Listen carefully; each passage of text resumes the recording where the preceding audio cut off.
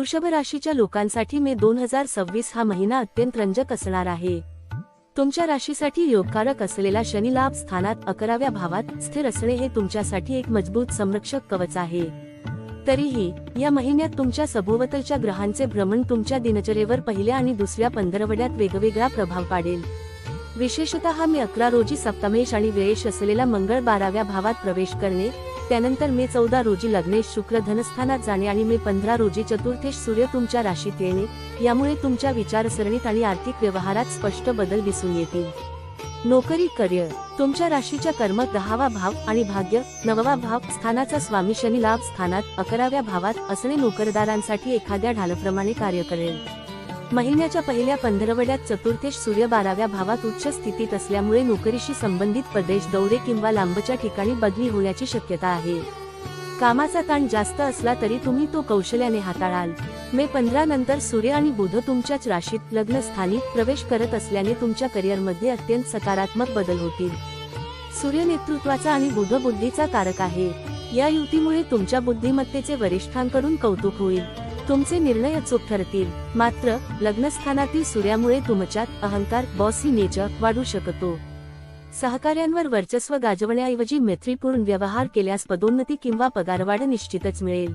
व्यवसाय बिझनेस, सप्तमेश व्यापार स्वामी मंगळ मे 11 पर्यंत लाभ स्थानात शनीसोबत असल्याने महिन्याच्या सुरुवातीला कष्टाने चांगला नफा मिळेल। मात्र मे 11 रोजी मंगळ व्ययस्थानी 12व्या भावात मेष राशीत जात असल्याने व्यवसायात गुंतवणूक करताना सावध राहावे। अनावश्यक प्रयोग टाळावेत। आयात निर्यात किंवा बहुराष्ट्रीय कंपन्यांशी संबंधित व्यवसाय करणाऱ्यांसाठी हा काळ फायदेशीर आहे।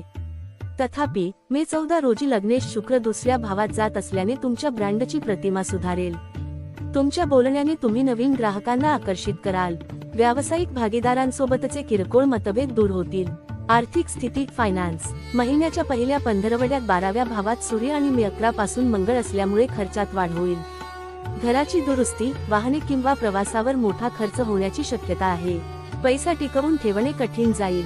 परंतु मे 14 रोजी तुमचा राशीस्वामी शुक्र धनस्थानात दुसरा भाव मिथुन राशीत प्रवेश करेल, ज्यामुळे आर्थिक समस्यांना लगाम बसेल। अष्टम आणि एकादश लाभ स्थानाचा स्वामी गुरु तिथे आधीच उपस्थित आहे। धनस्थानातील ही शुभ ग्रहांची युती शुक्र गुरु योग अचानक धनलाभ घडवून आणू शकते। अनपेक्षित मार्गाने उत्पन्न येईल। जुनी थकबाकी वसूल होईल आणि बचत वाढेल। कुटुंब, फॅमिली आणि रिलेशनशिप्स, महिन्याच्या पहिल्या भागात 12व्या भावातील ग्रहांच्या स्थितीमुळे तुम्हाला एकांत आवडेल, ज्यामुळे कुटुंबासोबत वेळ घालवणे कठीण होऊ शकते। मात्र मे 14 रोजी शुक्र कुटुंब स्थानात दुसरा भाव गुरुशी युती करत असल्याने कुटुंबात आनंदाचे वातावरण राहील। घरात मांगलिक कार्य ठरण्याची शक्यता आहे। तुम्ही नवीन कपडे किंवा दागिने खरेदी कराल। तुमच्या बोलण्यातील गोडवा स्वीटनेस इन स्पीच सर्वांना प्रभावित करेल। मात्र मे 15 पासून राशीतील सूर्याच्या प्रभावामुळे जोडीदारासोबत वागताना थोडा कठोरपणा येऊ शकतो। या काळात तुमचा अहंकार इगो बाजूला ठेवल्यास वैवाहिक जीवन सुखमय राहील।